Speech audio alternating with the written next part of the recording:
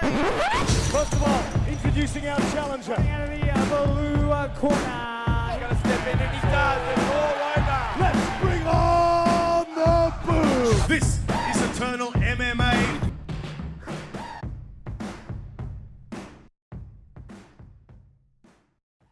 Mixed martial arts fans, this is Eternal Insiders, and this is the man set to make his walk to the cage for the third time as a professional when he takes on Jordan Thomas at Eternal 77 on July 1st. It's Dom Marfan, and he's joining me right here, right now. Dom, absolute pleasure to have you here on the show for the first time, man.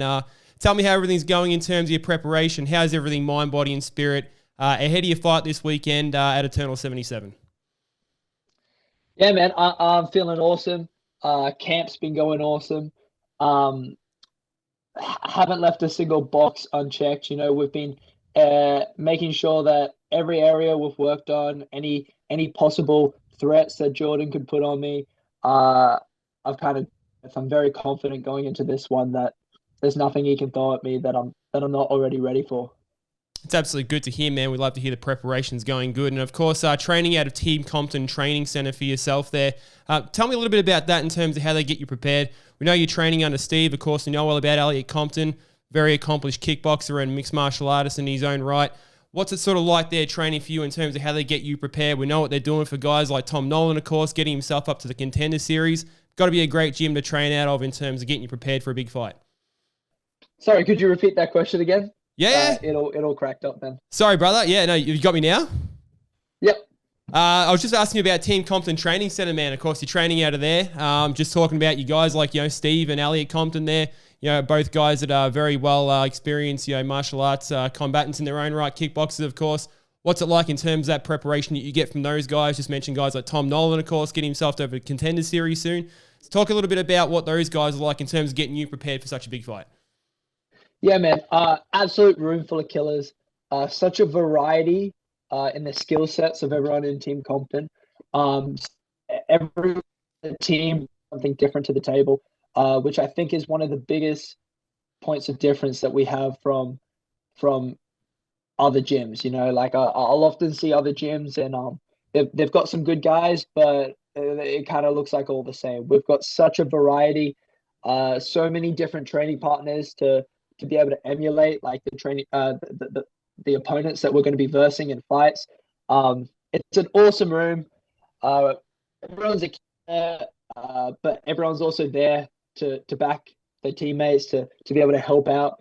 Can't be more grateful than that I'm training in such an awesome room. No, a lot of killers at Team Compton Training Centre, no doubt. We know the guys that are there very well. So no doubt they're getting you prepared for a big fight, Eternal 77. We're absolutely looking forward to it. Just before we sort of get ahead and look at that fight, man, for those who don't know, can you maybe take us back a little bit towards, or back to the journey where you sort of first started as a mixed martial artist? I believe you started at the age of 17. I think you were training with a Div 1 wrestler there to sort of get yourself started, in your mixed martial arts journey. Take us back to sort of that point and, why you sort of made that decision to get yourself into mixed martial arts. I've always been a fan of martial arts. Like as a kid, I always liked martial art movies. Like I kind of tried out a few different martial arts as a teenager. Nothing really seemed fully real. It was kind of people would show you martial arts and you'd kind of like drill some technique that doesn't really work against some opponent that has to do some set reaction. And that was until I tried Japanese jiu-jitsu, and then fortunately one of the people there had referred me on to Brazilian jiu-jitsu. They said, like, man, you're picking this up awesome. You need to go try MMA. Like, it'd be perfect for you. You maybe actually pursue it and do well in it. And that's exactly what I did. Sought out an MMA gym, fell in love with it instantly. Everyone thought I was crazy. I told them from day one, like, I'm going to be a UFC champion one day. Slowly but surely, like, more and more people stopped laughing at me and started going, oh shit, maybe this guy's going to do it one day. And I'm confident there'll be a day where there's no doubters. There's no doubters. Everyone is 100%. Yeah, man, that's going to be a chance. Was there sort of a point, back then, you started at sort of the age of 17, as you said. Was there sort of a point when you sort of started training, you started getting into it, that there was a bit of a, not just for everyone else around you, that sort of, stopped laughing at the idea of that maybe you want to become a UFC champion? At what point did you sort of realize, maybe at what age did you think like, damn, I'm good at this. This could become a reality that I could take this professional mixed martial arts thing to another level? I think it was pretty early on. Like, the jiu-jitsu side of it, I picked up the quickest out of all the different martial arts. I think it would have been about maybe 2 or 3 months into training. One of my coaches had suggested that I go compete. And I'm still a kid at this time, but I went in a division full of adults, and I submitted them all. So straight away, I kind of got confidence. I was like, oh, you know what? Like, this is awesome. Like, those other guys that I compete against, they're fully grown men, much bigger and stronger than me. Been training for a lot longer than me, yet I was able to beat them. So it gave me confidence straight off the bat that any of these martial arts that I put my mind to, 100%, I'm confident I'll be able to be very good at.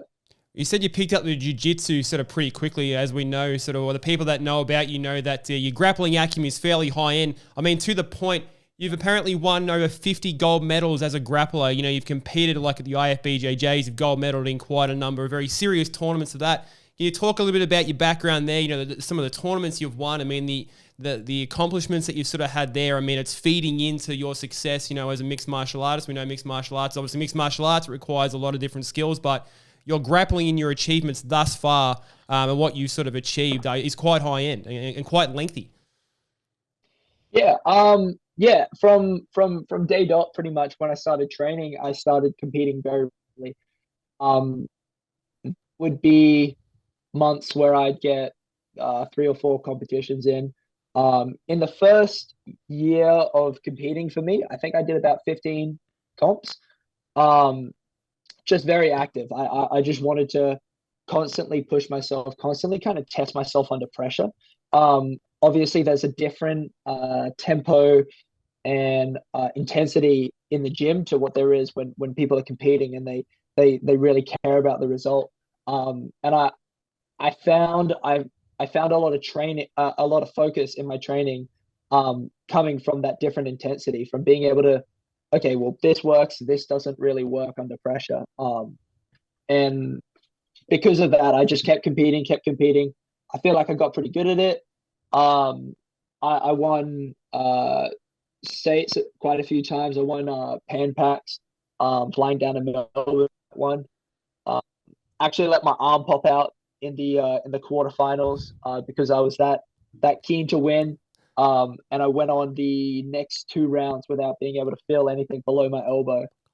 But I feel like when I got a goal in mind, nothing's going to get in the way. Like if I want to win, I'm going to win. It's a great mindset to have, man. Mixed martial arts in your professional career, you got to have that mindset. You got to have that winner's attitude, and you certainly have that.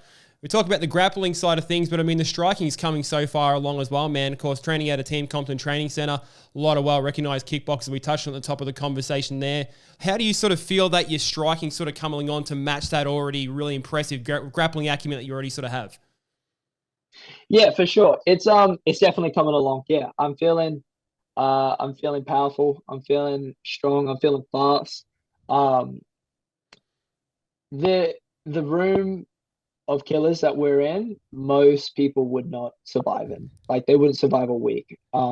So, man, I'm confident that even on a bad day in Team Compton, I know I'm outperforming pretty much anyone else out there in the Australian MMA scene. I've got a lot of skills to show, and I'm excited to show them. We're looking forward to seeing what you can show at Eternal 77, man. It's a pretty killer card we got coming up there, and you're sitting nice and pretty for UFC Fight Pass on that main card, so very much looking forward to that one. Now, as we said at the start of the conversation, started off your pro careers at 1-1, made your winning debut against Roy Armistead in a very hard-fought decision win there. Of course, things didn't go your way against the now champion Quillan Soulkilled in your next fight, but you're looking to rebound, coming into this fight for Eternal 77. You had a very impressive start to your amateur career, going 5-1, I believe, so you do have a lot of sort of experience in the cage there, but what assessments have you sort of made to this point in your career? Still so young in your career. Where do you sort of think you're at in terms of your growth? How would you assess the start of your professional career as a whole up until this point? Yeah, yeah, obviously a little bit of a setback in my last fight. I had some stuff going on, but it takes nothing away from the awesome win that Quillen had. I think it's awesome for me. It should raise my stock, if anything, that Quillen's gone and won the title. It shows there's actually a sequence where he hit me with the same shot that he'd clipped Donnelly with. And I told some people in the lead up like that's a nice shot. But if anything, for me, that shows that like I can take a very, very good shot. So you're gonna have to hit me pretty fucking hard to put me away. Um, yeah, yeah, I feel like I've gained a new gear of focus that I didn't even know I was capable of gaining. Um, Training schedule has been ridiculous. Three to five training sessions per day. Literally just living out of the gym pretty much. Doing nothing but training or thinking about training. Uh, I'm feeling so awesome going into this fight. I feel fit. I feel strong.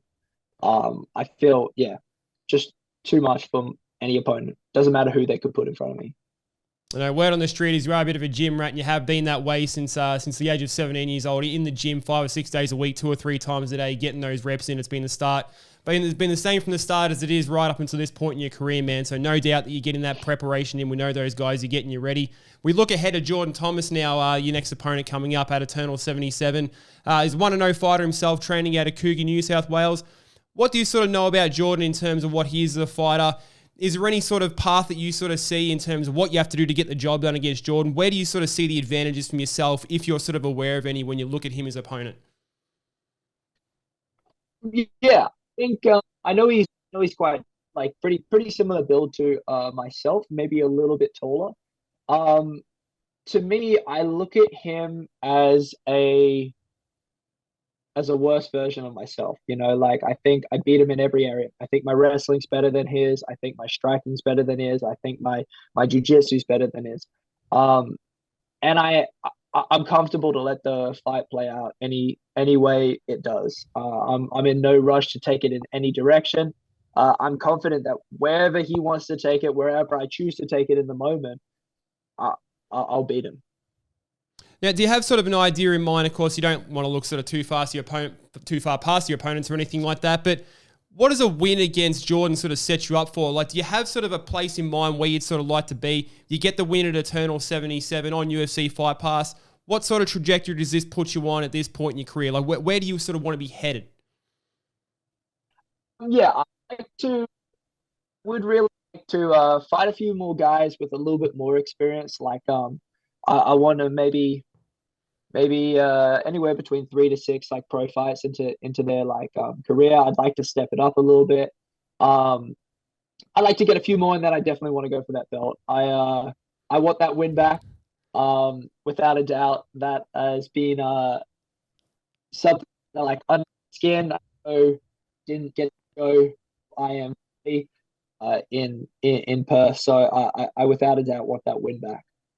I've no doubt you do. I mean, as you said, you sort of got the blueprint almost on Quillen Solkill now. And as you said, maybe it makes you stock up a little bit, you know, considering, you know, what he sort of did to Blake and all that sort of stuff. So you sort of seen what he can do. You know, you sort of know what he's all about. So, you know, maybe we get this win, we get another couple of wins going forward. And maybe you're hoping that potentially sometime down the line that Quillen maybe is still the champion and you go and get that one back. Yeah, 100%. That's a hope, 100%. No, but we've got Eternal 77 coming up July 1st, UFC Fight Pass on the Gold Coast, man. Absolutely huge spot. We know what Eternal MMA does in the Gold Coast. Absolutely stellar cards that we put on there, and we get to see you on the main card, get to see you live and exclusive on UFC Fight Pass. I'm sure you're absolutely excited. Now, I know you said that you'll see where the fight takes you and you're happy to go where it sort of goes, wherever the fight plays out. Do you have an idea in mind? Is there in any particular way you'd like to see yourself get the fight finished in a perfect world? When you sort of think about it, you visualize. How would you like to see yourself get your hand race against Jordan when you walk out of the cage? I want to keep the cards pretty close to the chest on that one. Sorry. I like it. So, that's okay. We'll keep it. It's a big surprise. It's secret. Yep. I like it. We'll just have to wait and find out what happens to that one. We're all excited to see it. Dom, you're one of the sort of the more popular up and coming fighters there. So We'll wait and see what the surprise is. Wait and see what you have up your sleeve there. Keep it close to your chest. Very coy. We like it. Thanks very much for joining us on the show for the first time, man. Pleasure to have you here. All the best for Eternal 77, and we'll see you on the other side, my man. Hopefully for yourself with your hand raised in the cage. Awesome. Thank you so much, man. Awesome talking to you, man. My pleasure, Dom. Thank you.